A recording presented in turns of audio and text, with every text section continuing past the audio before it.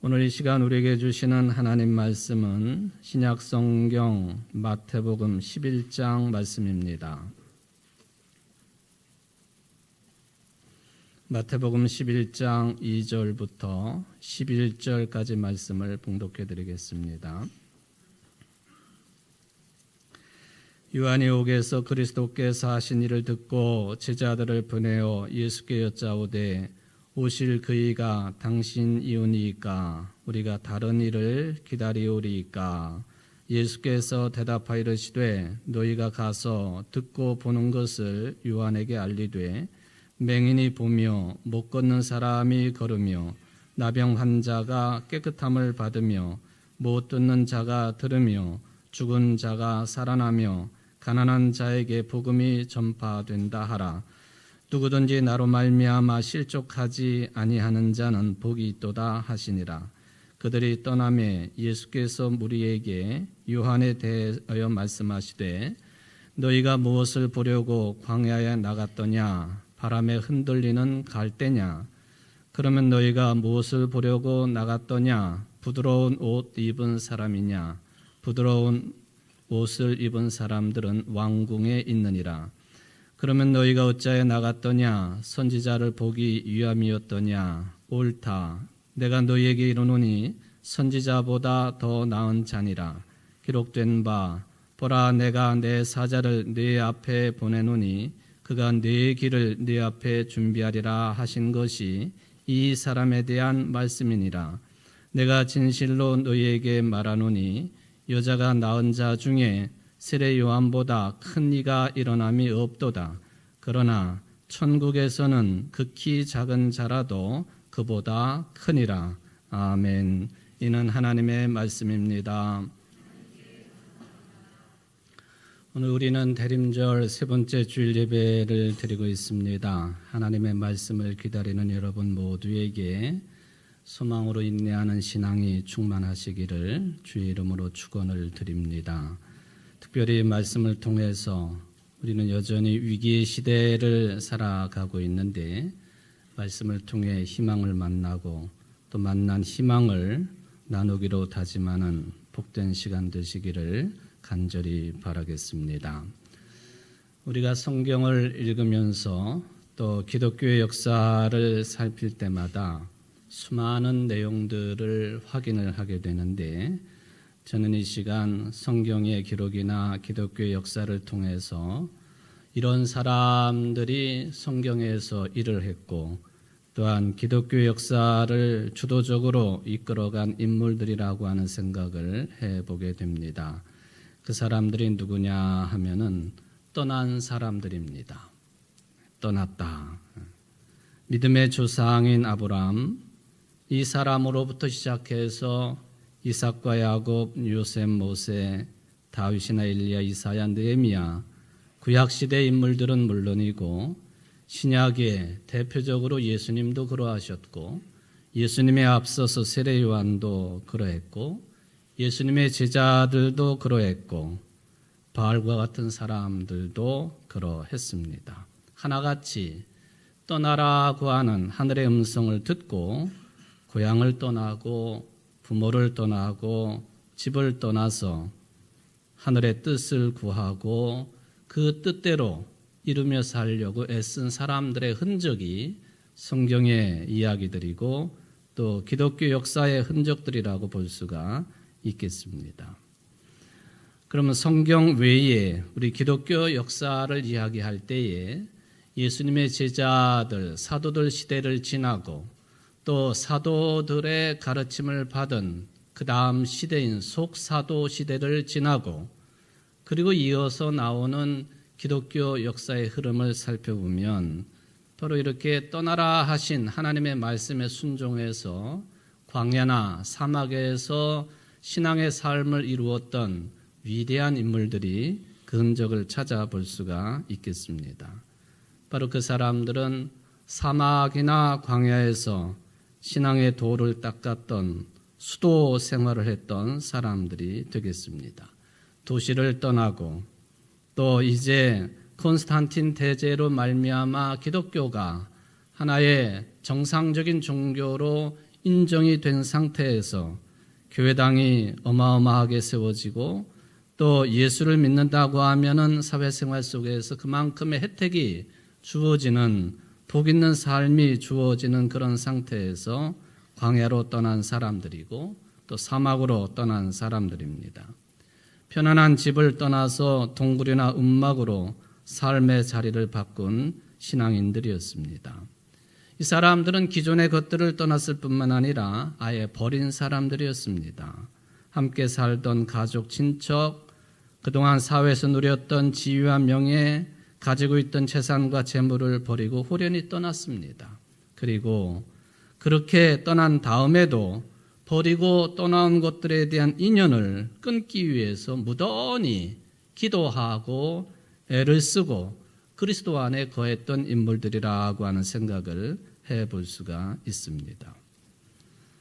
유명한 초대교회 시절에 사막의 수도승이고 교부였고 또 수도원 생활의 기초를 이루었던 이집트의 안토니라고 하는 수도사가 있었습니다. 어느 날 이 안토니에게 수도 생활을 지향하는 한 젊은이가 찾아왔습니다.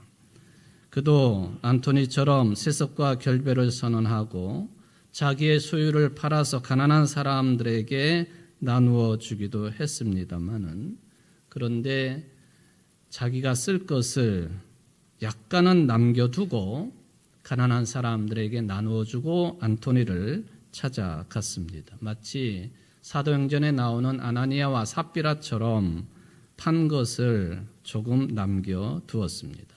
이 사실을 전해들은 안토니가 그 젊은이에게 이런 말을 합니다. 그대가 정말로 수도자가 되기를 원하는가? 그렇다면은 다시 마을로 내려가서 고기 몇 점을 사가지고 당신의 벗은 몸에다가 붙인 후에 다시 나에게로 오라. 그런 요청을 했습니다. 성자가 시키는 말이니까 그대로 순종을 했습니다. 마을에 들어가 가지고 고기를 사서 벗은 몸에다가 붙이게 되니까 개들이 달려들고 공중에 새들이 달려들었습니다. 몸에 붙어있는 고기를 뜯어 먹을 뿐만 아니라 이 수도 생활을 원하는 사람의 몸까지 뜯어 먹게 되었습니다. 돌아온 그를 향해서 안토니가 물어보았습니다. 내가 시키는 대로 하니까 어땠는가? 그는 대답 대신에 상처가 난 자기의 몸을 안토니에게 보여주었습니다. 그러자 그제서야 안토니가 그 사람에게 이런 말을 합니다. 세상과 결별했다고 하면서도 자신을 위해서 뭔가를 남겨둔 사람은 마치 이와 같다. 마귀들과 싸우는 것처럼 당신을 망하게 하는 것들이 달려들기 마련이다. 바로 이 안토니가 초대교회 시절에 안정적인 교회 삶을 뒤로 하고 모든 것을 포기하고 버리고 사막의 수도자 생활을 시작함으로 수도원 운동의 기초를 이룬 유명한 인물이 되겠습니다. 성경에 보면은 이 광야와 사막이라고 하는 것은 하나님의 택하심을 받은 사람들, 백성들이 하나님의 말씀을 듣고 깨닫고 체험하는 아주 귀한 곳이었습니다. 모세가 그러했습니다. 바로의 궁을 떠나가지고 미디안 광야에서 40년 동안 장인의 양을 친 후에야 비로소 렙산에서 하나님의 임재와 계시를 체험을 했습니다. 그리고 지도자로 부르심을 받고 백성들을 이끌고 출애굽을 떠난 뒤에도 여러 광야와 사막 생활을 합니다. 성경의 기록대로 보면은 수루 광야 생활을 합니다. 신 광야를 거쳤습니다. 르비딤 광야를 거쳤습니다. 신의 광야를 거쳤습니다. 네겝 사막을 거쳤고 바란 광야를 거쳤습니다. 그러고 난 뒤에 겨우 요단강 건너 젖과 꿀이 흐르는 약속의 땅을 그저 바라볼 수가 있었습니다. 이 외에도 구약의 사사들 사무엘, 다윗, 엘리야 많은 선지자들 광야와 사막에서 하나님의 훈련과 연단을 받으면서 하늘의 뜻을 깨우친 인물들이 되었다 하는 기록입니다. 심지어 예수님께서도 공생애를 시작하시면서 광야에서 40일 동안 금식 기도를 하셨고 바울도 그랬습니다. 그가 예수 믿는 사람들을 잡으려고 다마스커스로 가는 도중에 회심을 합니다.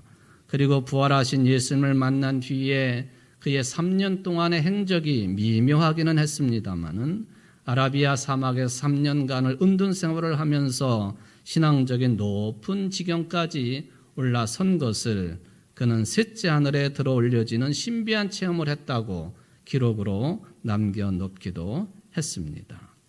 하나님의 사람들에게 사막과 광야는 이처럼 하나님의 임재와 말씀을 경험하는 은총의 장소가 됩니다. 사람들을 떠나서 홀로 거하면서 오로지 하나님 한 분만 느끼고 대화를 했던 것이지요. 지난 주일 설교 시간에 언급을 했던 것처럼 광야 또는 사막을 의미하고 있는 히브리어 미드바르라고 하는 이 단어가 하나님의 말씀인 다바르라고 하는 단어와 어원이 같다 하는 이 해석은 그렇기 때문에 우리들에게 무겁게 다가오는 신앙적인 개념입니다. 하나님 한 분만은 바라는 그런 상황 속에서만 하나님의 말씀을 들을 수 있다 하는 그런 개념이기 때문에 그렇습니다. 시스웨스 아빠라고 하는 사람이 수도 생활을 하면서 이런 말을 남겨놓았습니다. 여러분, 하나님이 계신 곳을 찾지 말고 하나님을 찾으십시오. 사막이나 광야로 들어간 사람들이 마치 어떤 장소를 찾아 나선 것 같이 보이기는 하지만 그렇지 않다는 말이에요. 하나님이 계신 곳을 찾아간 것처럼 보이지만 저들의 본질은 하나님을 찾은 것입니다. 그러니까 이 하나님을 찾으러 사막과 광야로 나간 사람들, 그 흔적을 우리는 초대교회 기독교 역사를 통해서 지금도 찾아볼 수가 있습니다. 오늘 본문에 등장하고 있는 세례자 요한도 마찬가지의 길을 걸었던 인물입니다. 어쩌면은 이 시스웨스 아빠라고 하는 사람도 안토니라고 하는 사람도 예수님을 닮은 사람이지만은 실제적으로 보면은 세례자 요한의 광야에서 외치는 자의 소리처럼 광야의 삶을 본받았던 구체적인 삶을 살았던 인물들이라고 해석을 해볼 수가 있겠습니다. 세례자 요한은요, 그대로 살았더라면 편안한 삶을 또 부모의 뒤를 이어서 안락한 삶을 얼마든지 살아갈 수 있었던 인물이었습니다마는 이 모든 것들을 끊고 광야로 나가서 광야에 외치는 자의 소리가 되었다 하는 것이 성경의 기록이 되겠습니다. 마태복음 기록에 따르면은 예수님께서 12제자를 부르시고 그들에게 귀신을 제어할 수 있는 권능을 주셨습니다. 그래서 제자들이 나가서 더러운 귀신을 쫓아내고 온갖 질병과 온갖 허약함을 고치게 하셨습니다.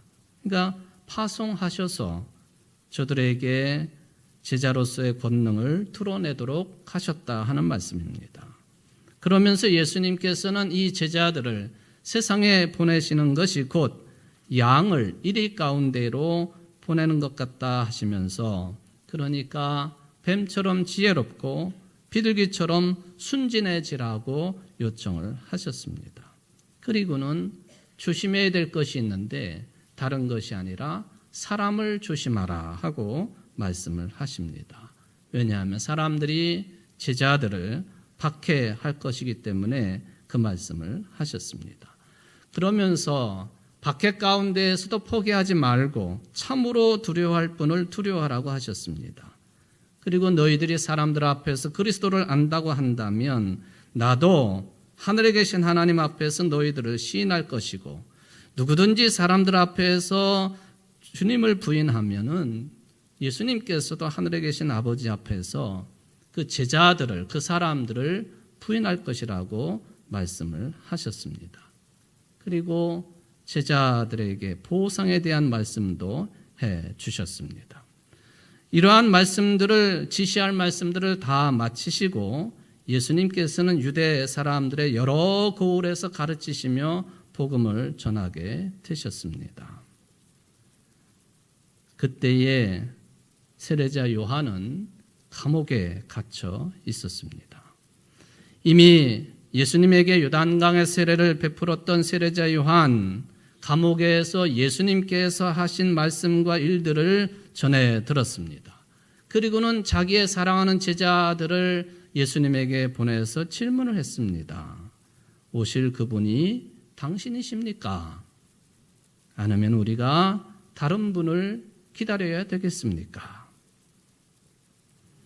요한이 제자들을 시켜서 이런 질문을 하게 했으니까 이것은 제자들의 생각이 결코 아니었습니다. 바로 요한이 궁금하게 생각했던 것을 자기 제자들을 시켜서 예수님에게 질문을 하게 한 것이죠. 자기는 지금 그 몸이 감옥에 갇혀 있지만 세상에서 전개되고 있는 복음의 역사, 예수 그리스도를 통해서 진행되고 있는 하나님의 나라의 형성에 대한 궁금증을 가지고 오실 그분이 당신이십니까? 그렇지 않으면 우리가 다른 분을 기다려야 되겠습니까? 하고 질문을 했습니다. 저는 요한이 왜 이런 질문을 했을까 궁금한 생각이 듭니다. 왜냐하면 예수님께서 이미 세례자 요한 자기로부터 세례를 받았을 때에 나타났던 현상과 하늘의 음성을 요한은 목격을 했고 들었던 인물이기 때문에 그렇습니다. 예수님이 세례를 받으시고 올라올 때에 하늘이 열리고 하나님의 영이 비둘기처럼 예수님에게 내려오는 것을 본 인물이 세례자 요한입니다. 그리고 이어서 하늘에서 이런 소리가 들렸습니다. 이는 내가 사랑하는 아들이다. 내가 그를 좋아한다. 이런 현상과 음성을 직접 목격을 하고 들었던 세례 요한이 아니겠습니까? 그런 그가 어찌 그리스도이신 예수님께서 진행하고 있는 하늘나라의 역사에 대해서 이런 질문을 할 수가 있겠는가? 그런 궁금증을 가지게 된다고 하는 것이죠. 어쨌든 세례자 요한은 자기의 제자들을 보내가지고 예수님에게 그런 질문을 했습니다. 구약 성경의 사무엘하 7장 12절로부터 22절에 보면은 다윗이 기도 가운데 하나님께 이런 질문을 던지고 있습니다. 다윗 왕이 성막으로 들어가서 주님 앞에 꿇어 앉아 이렇게 기도하였다. 주 하나님, 내가 누구이며 또 내 집안이 무엇이기에 주님께서 나를 이러한 자리에까지 오르게 해 주셨습니까? 주 하나님, 그런데도 주님께서는 이것도 오히려 부족하게 여기시고 주님의 종의 집안에 있을 먼 장래일까지 말씀해 주셨습니다. 주 나의 하나님, 이것이 어찌 주님께서 사람을 대하시는 일상적인 방법이겠습니까? 주 하나님, 주님께서 주님의 종을 잘 아시니 이 다윗이 주님께 무슨 말씀을 더 드릴 필요가 있겠습니까? 주님께 세우신 뜻과 목적대로 주님께서는 이렇게 크나큰 일을 하시고 또 그것을 이 종에게까지 알려주셨습니다. 주 하나님, 주님은 위대하십니다. 우리의 귀로 다 들어보았습니다만 주님과 같은 분이 또 계시단 말을 들어본 적이 없고 주님 밖에 또 다른 하나님이 있다는 말도 들어본 적이 없습니다. 다윗이 기도 중에 하나님께 질문을 하며 자신의 나름대로의 신앙 고백을 이룬 내용이 여기에 기록이 되어 있습니다. 저는 세례자 요한이 제자들을 예수님께 보내가지고 질문을 했던 그 질문을 생각하면서 마치 다윗이 하나님께 기도 속에 이런 질문을 하는 것처럼 그리스도 예수님께서 하시는 일을 확인하는 그런 질문을 하는 세례자 요한을 바라봅니다. 세례자 요한은 분명히 질문을 했습니다. 여러분이 뭔가 질문을 하고 또 의문을 가질 때에 그 질문은 반드시 그 자신의 생각과 사유가 포함되어 있다고 하는 것을 기억해 둘 필요가 있겠습니다. 아무 생각 없이 질문하는 것은 결코 아니다 하는 것이죠. 중부고속도로를 운전을 한다든지 차를 타고 가면서 서울 쪽으로 가다가 보면 경기도 어느 지점에 아주 특이한 광고판이 눈에 들어옵니다. 거기에 보면은 어떤 글이 쓰여 있느냐 하면은 사유하고 질문하라 하는 그런 표현이 들어 있습니다. 지금 저게 보이시죠? 사유하고 질문하라. 화려한 도안과 함께 이런 그 글귀가 새겨져 있는 것을 확인을 할 수가 있습니다. 여러분들도 한번 운전 조심해 가시면서 이 광고판을 한번 보시기를 바랍니다. 저는 수십 번 저 광고판을 보면서 저게 분명히 무슨 그 사업을 하는 광고판일 터인데 참 철학적이다. 그런 생각을 하게 됩니다. 사유하고 질문하다. 사유하다, 깊게 생각한다는 뜻입니다. 뭔가를 질문하기 전에 깊게 생각하고 질문하라고 하는 그런 요청이 되겠습니다. 살아가면서 깊게 생각하는 것 반드시 필요하지요. 깊게 생각하게 되면은 어떤 일을 만나더라도 실수가 줄어들고 후회할 일이 적어지게 되어 있습니다. 그러므로 인간이기 때문에 깊게 생각하는 것, 사유하는 것 반드시 필요한 삶의 필수 요소가 되겠습니다. 말하자면 모든 삶을 깊이 사유하고 생각하는 데서 출발하라 하는 것이죠. 생각한다고 하는 것은 모든 것을 잠시 멈추고 헤아리며 판단하는 것을 배경으로 하고 있습니다. 두루두루 생각하고 살펴본다고 하는 것이 거기에 배경으로 작동을 합니다. 바로 이렇게 시간을 가지고 모든 것을 멈추고 깊이 생각한 다음에 질문을 해야 된다 하는 그런 뜻이 담겨 있는 것이죠. 아마 이 사유하고 질문하라, 물론 회사의 광고 문구이기는 하지만 저에게는 늘 깊은 것을 던져주는 광고 문구가 됩니다. 슬라브의 지제기라고 하는 매우 진보적인 학자가 있습니다. 이분이 멈춰라, 생각하라 라고 하는 책을 낸 적이 있습니다. 한참 전입니다마는 2012년 초에 슬라브의 지제 한 언론과 인터뷰에서 우리 한국의 독자들에게 하고 싶은 말을 해달라는 주문을 받고는 이런 답변을 했습니다. 한국 사람들에게 한 말이에요. 사유를 시작하라. 깊이 생각하는 것을 시작해라. 단순한 호기심에 그치지 말고 전생에 대해 고민을 해야 한다. 사람들은 자신들이 원하는 것에 대해 생각하지 않는다. 이것을 시작해야 한다. 멈춰라. 생각하라. 그런 당부가 어떻게 수행될 수 있을지 보여주는 전범적인 사례, 이게 멈춰라, 생각하라이다 하고 이야기를 합니다. 생각하라고 하는 또 다른 수행에 의해서만 현실을 직시할 수 있다고 하는 아주 예리한 지적이 되겠습니다. 무엇이든지 빨리빨리를 좋아하는 한국 사람 생리를 잘 알고 슬라브의 지적은 그런 지적을 합니다. 멈춰라, 생각하라, 사유를 시작하라. 질문을 하더라도 사유를 한 다음에 질문을 하라라고 하는 그런 요청으로 저는 받아들입니다. 한나 아렌트라고 하는 유명한 미국의 정치학자이고 철학자가 있지요. 제가 설교 시간에 수없이 언급을 했던 한 인물입니다. 이분이 현대사회의 정신적인 위기를 분석하고 고찰하는 데 집중을 합니다. 제2차 세계대전 당시에 악의 상징처럼 생각되어지는 히틀러의 부하였던 아돌프 아이히만, 이 사람에 대한 한나 아렌트의 분석은 매우 충격적이지 않았습니까? 아이히만이 도망을 다니다가 아르헨티나에서 붙잡혀가지고 독일로 돌아와서 재판을 받게 됩니다.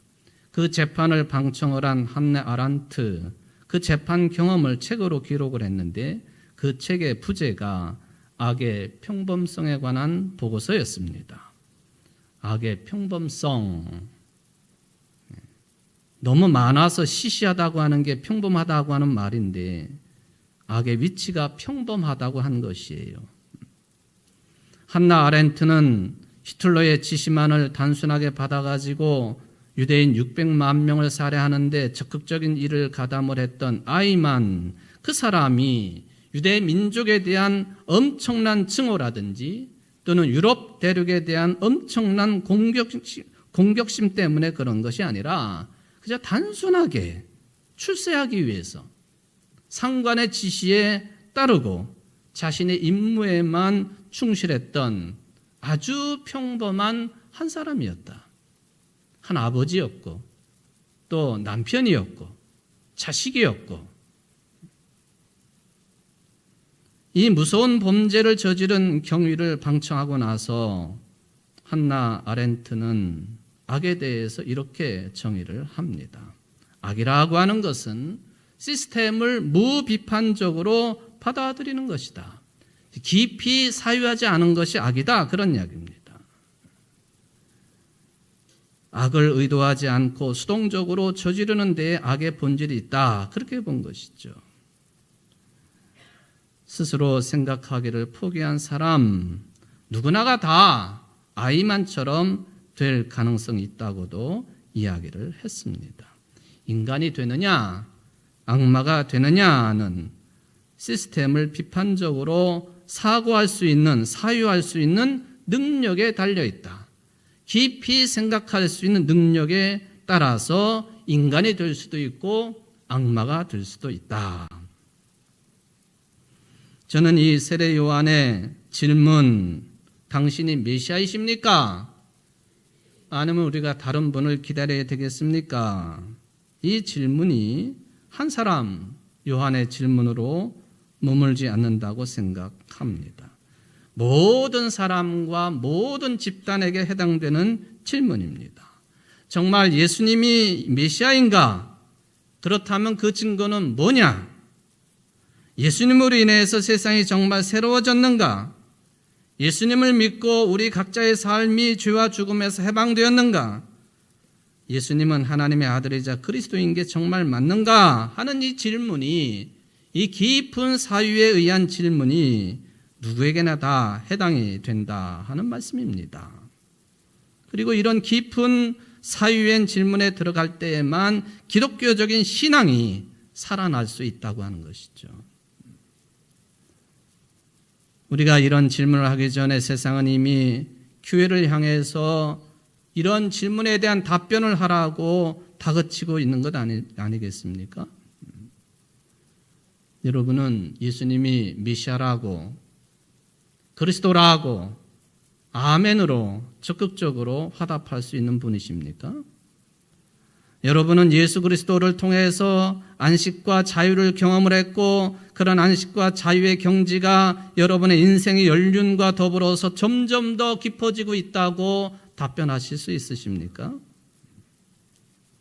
여러분, 세상이 아무리 거칠게 변한다 할지라도요, 교회가 위기를 맞고 세상이 위기를 맞는다고 해도요, 다만 예수 그리스도가 우리의 메시아라고 하는 이 믿음의 확신에서만은 흔들리지 말아야 되겠습니다. 만약에 그런 확신이 없다고 한다면 여러분이 교회 생활을, 신앙생활을 계속할 필요는 전혀 없을 것입니다. 다른 일을 내가 기다려야 되겠습니까? 라는 세례 요한의 발언에서 보는 것처럼 다른 길을 찾는 것이 훨씬 더 여러분들에게 유익이 되지 않겠습니까? 요한 제자들을 통해서 질문을 받으시고 당신이 메시아인지 가타부타 대답하지 않으십니다. 그리고는 요한의 제자들에게 이렇게 말씀하십니다. 너희가 가서 듣고 보는 것을 요한에게 알리라. 그 내용이 5절이에요. 맹인이 보며 못 걷는 사람이 걸으며 나병 환자가 깨끗함을 받으며 못 듣는 자가 들으며 죽은 자가 살아나며 가난한 자에게 복음이 전파된다. 너희들이 이것을 보고 들었으니 그대로 너희 스승 요한에게 알리라 하는 그 말씀만을 던져 주셨습니다. 이 내용은 누가복음에서도 또는 이사야서 61장에서도 또 그 유명한 누가복음 4장 18절 예수님의 부르심의 그 내용에서도 비슷한 내용이 나옵니다.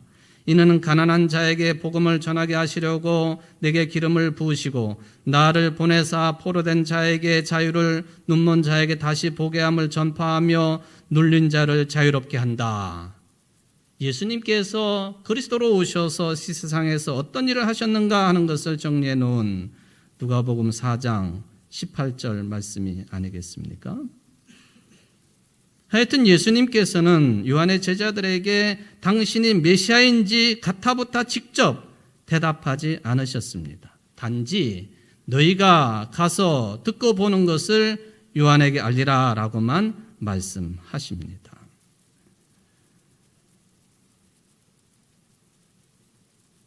오늘 본문에 보면은 예수님이 이런 것을 가서 전해라 하셨는데 예수님이 이루시는 구원의 징표가 6가지로 정리가 되어 있습니다. 맹인에 대하여, 못 걷는 사람에 대하여, 나병 환자에 대하여, 못 듣는 자에 대하여, 죽은 자에 대하여, 가난한 자에 대하여. 이런 사람들이 세상 살면서 겪게 되는 그 절박한 상황을 메시아로 오신 예수님 때문에 극복하게 되고 구원의 은총 가운데 거하게 되고 하나님의 나라의 삶을 살게 되었다 하는 그런 말씀들이 되겠습니다. 6가지가 정리되어서 세례자 요한의 제자들에게 전달이 되었습니다.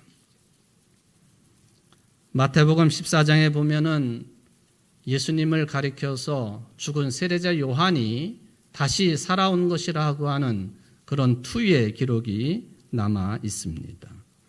그 무렵에 분봉왕 헤롯이 예수의 소문을 듣고서 자기 신하들에게 말하였다. 이 사람은 세례자 요한이다. 그가 죽은 사람들 가운데 살아났다. 그 때문에 그가 이런 놀라운 능력을 발휘하는 것이다. 세례자 요한은 헤롯에 의해서 목이 잘려 죽은 사람 아닙니까? 근데 예수님을 향해서 세례자 요한이 살아온 것이라고 헤롯은 평가를 했습니다. 말하자면 환생을 한 것이다 하는 그런 개념으로 예수님을 바라보았습니다.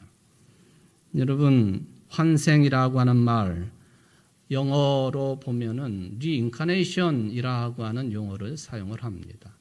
incarnation이라고 하는 말 자체가 하나님께서 사람의 몸을 입고 이 땅에 오셨다, 화육이라고 하는 뜻을 가지고 있는데 reincarnation, 그 화육이 다시 일어났다.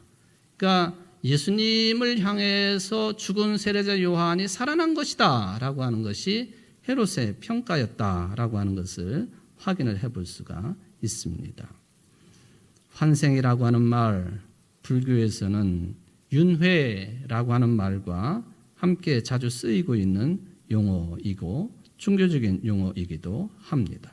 물론 현재까지는 이 환생이 과학적으로 증명된 사례는 없겠습니다만은 유일하게 부활하신 예수 그리스도, 다시 살아나신 분이라고 하는 그런 신앙 고백을 예수님에게만 우리가 할 수 있겠습니다만은, 여러분 재미있는 것은 불교계에 보면은 이 환생의 개념이 그대로 적용된 인물들이 지금도 살아 있는 것을 우리가 확인을 해볼 수가 있겠습니다.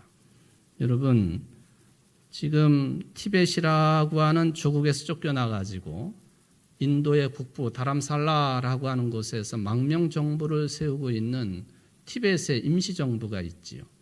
이 티벳의 임시정부를 이끌어가고 있는 정신적인 지주이기도 하고 실질적인 정치적인 지도자이기도 한 달라이 라마라고 하는 분이 계십니다. 이 달라이 라마는 이게 그 사람 개인 이름은 아니겠고요. 바로 이 지금의 달라이 라마는 몇 대째냐 하면 14대째입니다. 그러니까 14대 달라이 라마라고 불리우는 사람이죠. 이 달라이라고 하는 말은요, 몽고 말로 바다라고 하는 뜻을 가지고 있습니다. 또 라마라고 하는 말은 티베트 말로 스승이라고 하는 뜻이죠. 그러니까 바다같이 넓고 큰 지혜를 가진 스승, 이게 달라이 라마라고 하는 이 직함이 가지고 있는 본래적인 의미입니다. 큰 스승이다. 힌두어로 말하면 구루, 사두와 같은 그런 입장이 되겠습니다. 우리 지금 14대 이 달라이 라마는 13대 달라이 라마의 환생이다. 그렇게들 이 티벳의 불교에서는 이야기를 합니다. 라마 불교죠. 13대 저 사람이 13대 달라이 라마인데 저 사람이 환생한 사람이 14대 달라이 라마다. 그런 이야기죠. 아마 이 신앙이 계속 이어진다고 한다면 15대 달라이 라마도 14대 달라이 라마의 환생으로 이루어져야만이 가능한 것이 이 사람들의 신앙관이라고 해석을 해볼 수가 있겠습니다. 여러분 지금 14대 이 달라이 라마 얼마 전에 이제 세상을 떠난 자승이라고 하는 스님 한 분이 우리나라 청년들을 위해서도 이 달라이 라마를 초청해가지고 불법을 들어야 된다 하는 그런 이야기를 했습니다만은 중국이라고 하는 강력한 나라가 이 달라이 라마가 어느 나라를 방문하든지 간에 적극적으로 반대를 하고 있기 때문에 그게 쉽게 이루어지지 않습니다. 왜냐하면 티벳은 중국이 지배를 하고 있지 않습니까? 이 달라이 라마 14세 본명이 뭔 줄 아십니까? 좀 길기는 한데 저도 읽기가 참 쉽지가 않아요. 제춘, 잠펠, 아왕, 롭상, 예셰, 땐찐, 가초. 이게 이제 달라이 라마의 원래 본명입니다. 제춘, 잠펠, 아왕, 롭상, 예셰, 땐찐, 가초. 그렇지만은 13대 달라이 라마의 환생한 인물로서 14대 달라이 라마로서의 삶을 살아가고 있다 하는 것이죠. 이 사람은 35년도에 태어났는데요. 이미 2살 때에 13대 달라이 라마의 현신으로 인정을 받습니다. 단 2살 때. 그리고 4살 나이에 달라이 라마 지위에 오릅니다. 신적인 존재로 올라섰다. 그런 이야기죠. 그러니까 1959년도 이래 인도 다람살라로 망명을 해가지고 지금까지도 이제 망명 정부를 이끌어가는 그런 인물이죠. 어떻게 환생이 됐다고 확인할 수 있느냐? 13대가 사용했던 물건을 알아맞추고 13대 달라이 라마가 한 말을 알아맞추고 등등 이런 과정들이 있어서 14대 달라이 라마로 자리매김을 하게 되었다. 뭐 그런 이야기죠. 근데 14대 달라이 라마가요, 외국과 인터뷰를 통해 가지고 앞으로 달라이 라마가 환생하는 것은 없다. 선언을 합니다. 그게 여러 인터뷰를 통해서 확인이 되고 있습니다만은 어쨌든 간에 중국이라고 하는 나라가 제15대 달라이 라마를 자기들이 지명해가지고 이 티벳의 종교계를 움직일 가능성이 크다 하는 것도 우려가 되고 있기는 합니다만은 이거는 제가 상식적으로 말씀을 드리는 것이고요. 이 14대 달라이 라마가 이런 말을 한 것이 있습니다. 저는 이 달라이 라마가 한 말이 마치 구약 성경의 이사야 선지자의 말씀처럼 느껴지기도 하고 예수님께서 오늘 세례자 요한의 제자들에게 하신 말씀과 또 비교가 되는 그런 이야기를 했구나 하는 그런 판단을 합니다. 그분이 이런 말을 했습니다. 나의 적도 무로 돌아갈 것이고 나의 벗도 무로 돌아갈 것이며 나 역시 무로 돌아갈 것이니 만사가 무상하다. 만사가 덧없음이며 기뻤던 일 모두 다 기억 속으로 사라지고 한 번 간 것은 다시 오지 않는 법. 묶인 자는 풀어주고 갇힌 자는 석방하고 얽매인 자 해방시켜 모든 생명을 남김없이 열반으로 이끌리라. 부처님도 남의 죄를 씻을 수 없고 남의 고통을 대신 덜어줄 수 없으며 대신 깨우쳐 줄 수 없나니 중생은 오직 진리를 통해 해탈을 얻을 수 있다. 이것이 궁극의 진리이다. 이 양반이 한 말 가운데에 묶인 자는 풀어주고 갇힌 자는 석방하고 얽매인 자 해방시킨다. 모든 생명을 남김없이 열반으로 이끌리라. 이것이 궁극의 진리이다. 부처를 믿는 사람들의 신앙 고백이지요. 이게 우리 기독교 신앙의 근본적인 차이가 있습니다. 부처도 남의 죄를 씻을 수 없다 하지만 우리는 메시아이신 예수 그리스도의 보혈의 공로로 죄 씻음을 받고 죄로부터 죽음으로부터 해방될 수 있다고 하는 하늘나라의 복음을 받아들이고 믿는 사람들이죠. 그러나 달라이 라마가 했던 중간의 이 말은 마치 이사야 선지자의 말씀처럼 또 예수님께서 세례자 요한의 제자들에게 주셨던 말씀처럼 느낌이 비슷하다라고 하는 것을 저는 말씀을 드립니다. 예수님께서 이런 말씀을 주시고는 천국에서는 극히 작은 자라도 그보다 크니라. 세례자 요한이 여성이 낳은 자 중에 가장 큰 자라고 말씀하시면서 그러나 천국에서는 극히 작은 자라도 그보다 크다고 말씀을 하십니다. 하나님의 통치가 일어나게 되면 그 하나님의 통치 안으로 들어가게 되면 모두가 다 세례 요한보다 크고 위대한 인물이 된다라고 하는 말씀입니다. 이게 구원의 은총이에요. 예수 그리스도의 복음의 세계로 들어가게 되면 예수 그리스도의 구원의 은총으로 들어가게 되면 세례자 요한이 여성이 낳은 자 중에 가장 큰 자이지만 그보다 큰 인물이 되는 것이다. 큰 자가 되는 것이다. 이게 오늘 예수님께서 여러분들에게 주시는 복음의 말씀입니다. 우리가 누구 안에 거하느냐? 누구와 함께 머물고 있느냐? 떠날 것을 떠나보내고 어떤 분과 함께 동행하고 있느냐? 거기에 따라서 천국에서 가장 큰 자로서의 자리매김이 될 수 있다고 하는 이 주님의 복음의 말씀, 여러분들에게 주시는 말씀입니다. 내가 진정으로 너에게 말한다. 여자가 낳은 사람 가운데 세례자 요한보다 더 큰 인물은 없었다. 그런데 하늘나라에서는 아무리 작은이라도 요한보다 더 크다. 세례자 요한 때로부터 지금까지 하늘나라는 힘을 떨치고 있다. 그리고 힘을 쌓는 사람들이 그것을 차지한다. 하늘나라를 차지하기에 부족함이 없는 청주 제1교회 모든 성도들 되시기를 주의 이름으로 축원을 드립니다. 자비하신 하나님 아버지, 극히 작은 자라도 세례 요한보다 크다고 하시는 예수님의 말씀을 충격적으로 받아들입니다.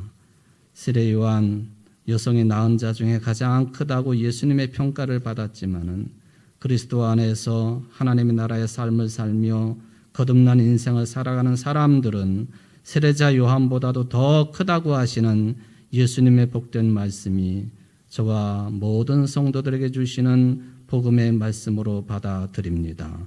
이 말씀으로 승리하게 하시고 이 말씀으로 새 소망을 품기에 부족함이 없는 우리 청주 제1교회 모든 성도들의 삶이 될 수 있도록 축복하여 주옵소서. 예수님의 이름으로 간절히 기도하옵나이다. 아멘.